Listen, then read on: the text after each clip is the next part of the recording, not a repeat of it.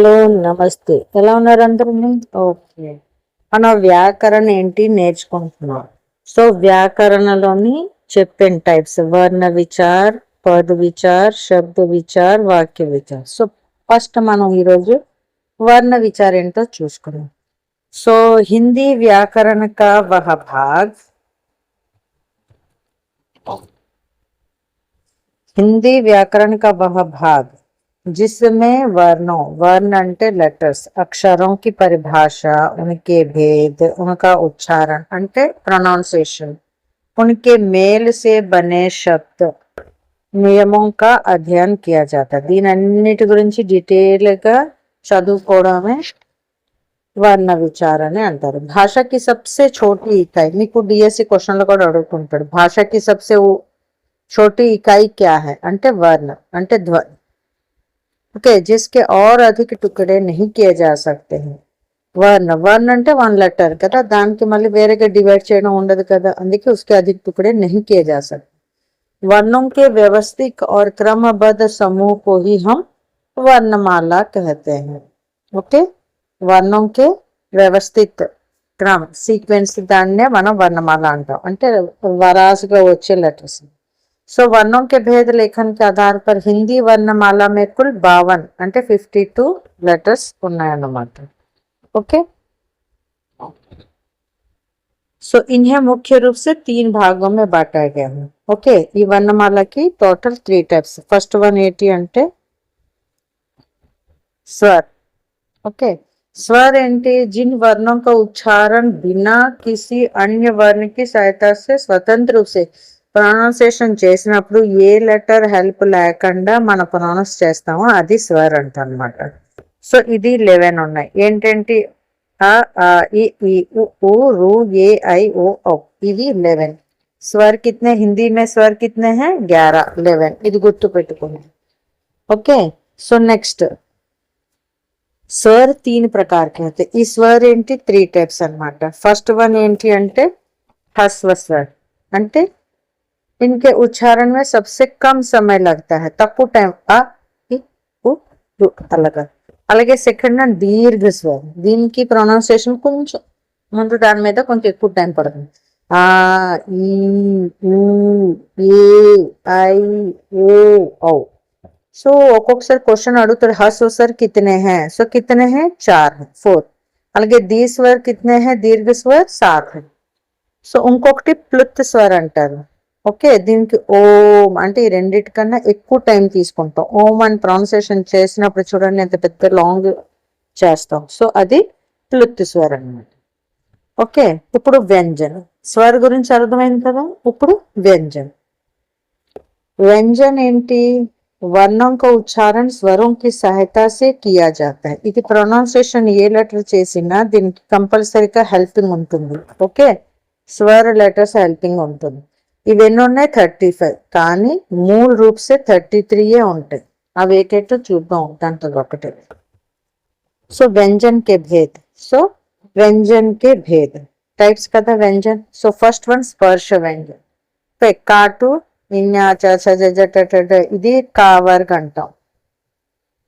Okay, కా వర్గ్. అలాగే చా వర్గ్, వర్గులు ఉంటాయి. ఎన్ని వర్గ్, ఇది 5 వర్గ్స్, అంటే 5 5 జా 25 థాట్. అలాగే అంతస్థ వ్యంజన్, ఇవి 4 ఉన్నాయి. ఏంటి య ర ల వ. ఓకే, అలాగే నెక్స్ట్ చూడండి ఊష్మ వ్యంజన్. ఊష్మ వ్యంజన్ కూడా 4 ఉన్నాయి. ఓకే, శేష సహ. ఓకే, దీనికి కాకుండా ఇంకే వ్యంజన్లు ఉన్నాయి 2. ఇది ఢ ఢ.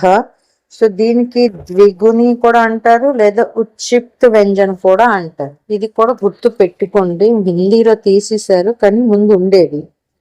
ఓకే, సో సంయుక్త వ్యంజన్ 2 అలాగా. సంయుక్త వ్యంజన్ ఏంటి అంటే 2 లెటర్స్ కలిసి ఉంటది, వర్ణ సంయుక్త వ్యంజన్ అంటాం. అంటే ఫర్ ఎగ్జాంపుల్ క్ష పలుకుతాం, కా ప్లస్ ష. ఓకే, అలాగే త ప్లస్ ర, జ్ఞ జ ప్లస్ స్రా షా ప్లస్ రా. సో 2 లెటర్స్ కలిసి చెప్పేది సంయుక్త వ్యంజన్. ఓకే, నెక్స్ట్ ఉంటుంది ఆయోగవాహ. ఈ ఆయోగవాహాలు ఏంటి? ఇది పూర్తిగా స్వరు కాదు, వ్యంజనం కాదు. దీనికి ఇందులో ఏటి ఉంటుంది ఆయోగవాహాలను? First one అనుస్వార్. అనుస్వార్ అంటే మనకి అంకి మాత్ర అంటాం. అనుస్వార్ ఏంటి? అంగూర్ అన్నప్పుడు పెడతాం కదా, అంగూర్. ఈ ఇది అనుస్వార్ అన్నమాట. Okay, Ganga, Ganga. Okay, so ఇది అనుస్వార్ అన్నమాట. అలాగే అనునాసిక్. ఈ అనునాసిక్ అంటే అర్ధచంద్రాకార బిందు ఉంటది. ఓకే, ఏ వర్డ్ మీద అర్ధచంద్రాకార బిందు ఉంటుందో అది అనునాసిక్. ఓకే, నెక్స్ట్ ఏంటి? విసర్గ. విసర్గ అంటే సైడ్ కి 2 చుక్కలు ఉంటుంది. సో విసర్గ హమేషా స్వర్ కే బాద్ ఆతా హై.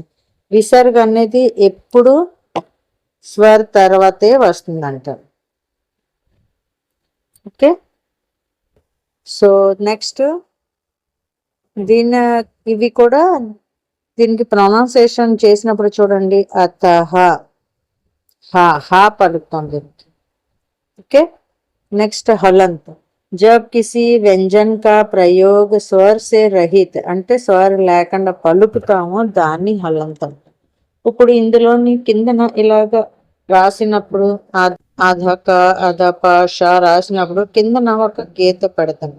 ఓకే, సో తిరిచి రేఖ, దీనికి మనం హలంత్ అంటాం అన్నమాట. అంటే ఆ లెటర్ ని హాఫ్ లెటర్ అని, పూర్తిగా లెటర్ పలకం అన్నమాట. కా అంటే ఫుల్ కా కావాలి అంటే ఇది ఎలా రాస్తాం మనం? కా ప్లస్ హాఫ్ కా ప్లస్ ఆ. ఈ హాఫ్ కా అంటే హల్లంత్, హాఫ్ అంటే ఈ హల్లంత్ అంటే ఇది కా సగం ఉన్నట్టు అండి, హాఫ్ కా అని అర్థం అన్నమాట. ఓకే, సో ఇందులోని వర్ణంకి ఉచ్చారణ స్థానం కూడా ఉంటుంది. Okay, pronunciation. ఈ క్వశ్చన్ లో అడుగుతాడు, ఈ కా వర్గకే వर्ण वर्णों का उच्चारण स्थान क्या है అని అంటే అప్పుడు కంఠ. కంఠ కా ఉచ్చారణ స్థాన్ స్వర్లోని ఆ క ఖ గ. అలాగే చాచాజాలోని తాలు అన్నమాట, స్వర్లోని ఈ. అలాగే మూర్ధ, మూర్ధ స్వర రూరు ట దంత్ త దంతాలు అన్నమాట. అంటే టీత్స్ టచ్ అవుతుంది కదా, అందుకే అని దంత్. పోస్ట్ పభమ ఆ పలికినప్పుడు 2 లిప్స్ టచ్ అవుతుంది కాబట్టి ఓస్ట్. అలాగే ఊ స్వర్లోని ఊ కూడా ఓస్ట్ వస్తుంది. నాసిక అంటే ఈ స్పర్శ వ్యంజనంలోని లాస్ట్ లెటర్స్ ఉంటుంది కదా, ఇవన్నీ పంచం, అవన్నీ నాసికలోనే వెళ్తుంది. ఓకే, కంఠ తాలు 2 కలిపి పలికేది ఏ ఇంకా ఐ. కంఠ ఓస్ట్ ఓ ఔ. అలాగే దంత్ ఓస్ట్ అదేమో వా. ఇది వర్ణంకి ఉచ్చారణ స్థానం కంపల్సరీగా బై చేసి ఉంచుకోండి. డిఎస్ఎల్ ఏ క్వశ్చన్ అయినా అడుగుతూ ఉన్నారు బిట్స్ అన్నమాట. సో ఇది మీకు నచ్చినట్లయితే లైక్ చేయండి, సబ్స్క్రైబ్ చేయండి, కామెంట్ పంపండి. మళ్ళీ మనం నెక్స్ట్ వీడియోలో కలుద్దాం. అంతవరకు సెలవు, బై.